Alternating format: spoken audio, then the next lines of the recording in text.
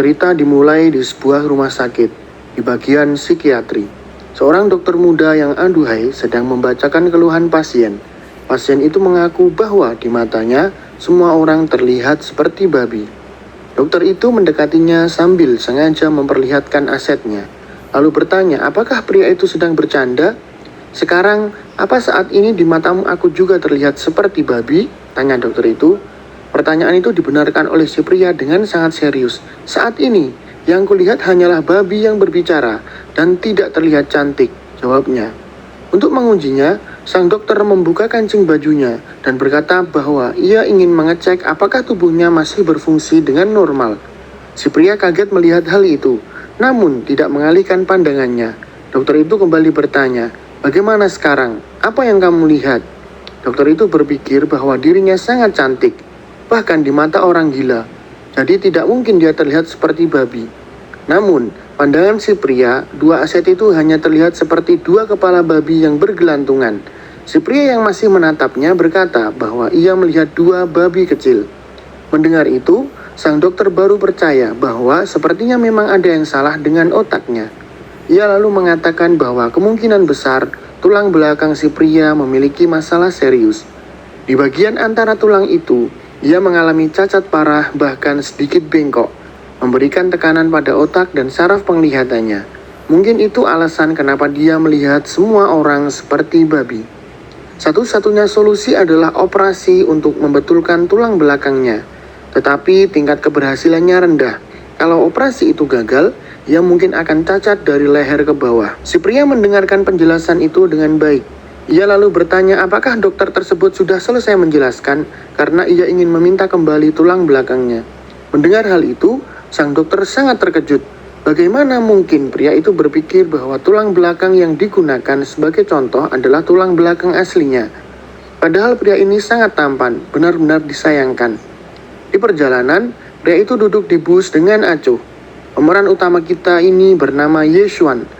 Sejauh yang ia ingat, semua hal terlihat seperti babi di matanya.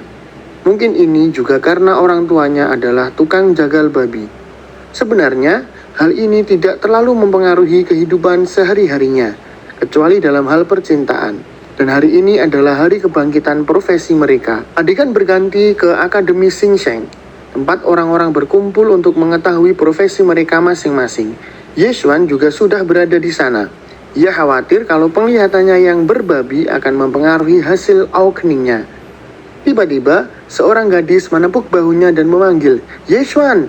Gadis itu berkata bahwa ia sudah lama menunggunya. Ia mencoba bertingkah imut, tetapi di mata Yeshuan, dia hanya terlihat seperti babi.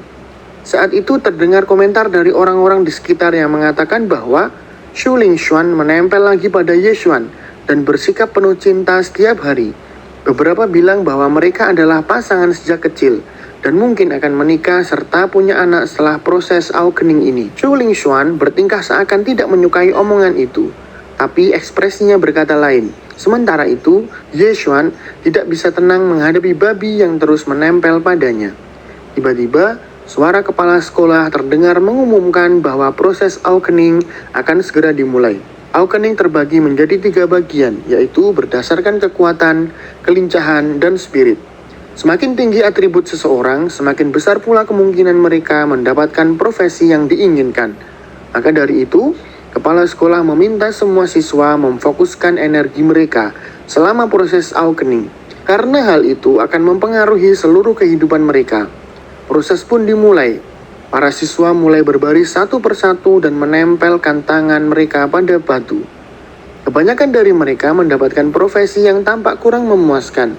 Saat itu, giliran seorang pria berambut merah untuk maju. Ia terlihat ragu-ragu menempelkan tangannya.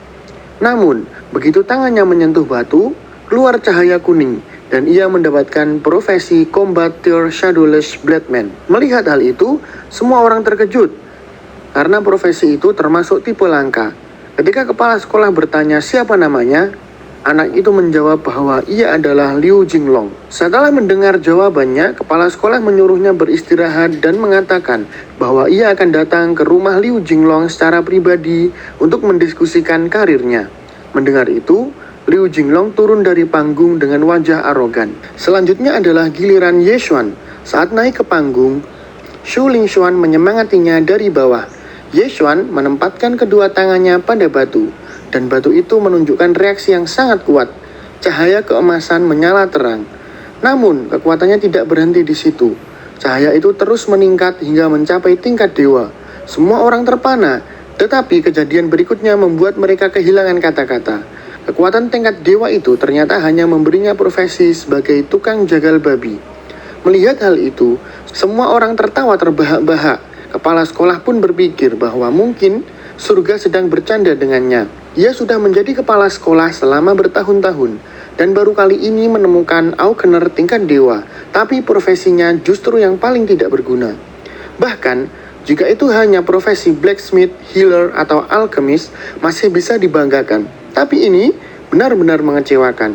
Saat itu, di depan Ye Xuan muncul jendela status bertuliskan, nama Ye Xuan, level, magang tingkat 1, strength 5, agility 3, spirit 2, bakat profesi, pedang dewa jagal, skill profesi, tukang jagal berdarah, level 1, efek khusus, pembasmi iklan babi, serangan terhadap babi memberikan 50% damage tambahan.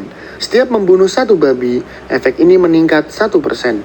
Damage dari babi berkurang setengah. Pedang dewa jagal, pilih senjata sebagai pisau jagal. Setiap babi yang mati oleh senjata itu akan memberikan 0,1 poin atribut bebas. Tukang jagal berdarah, mengeluarkan aura membunuh yang memaksa babi untuk takut selama 1 detik. Skill ini di mata Ye Xuan sangat overpower, karena ia adalah pasien gangguan jiwa yang melihat semua makhluk seperti babi.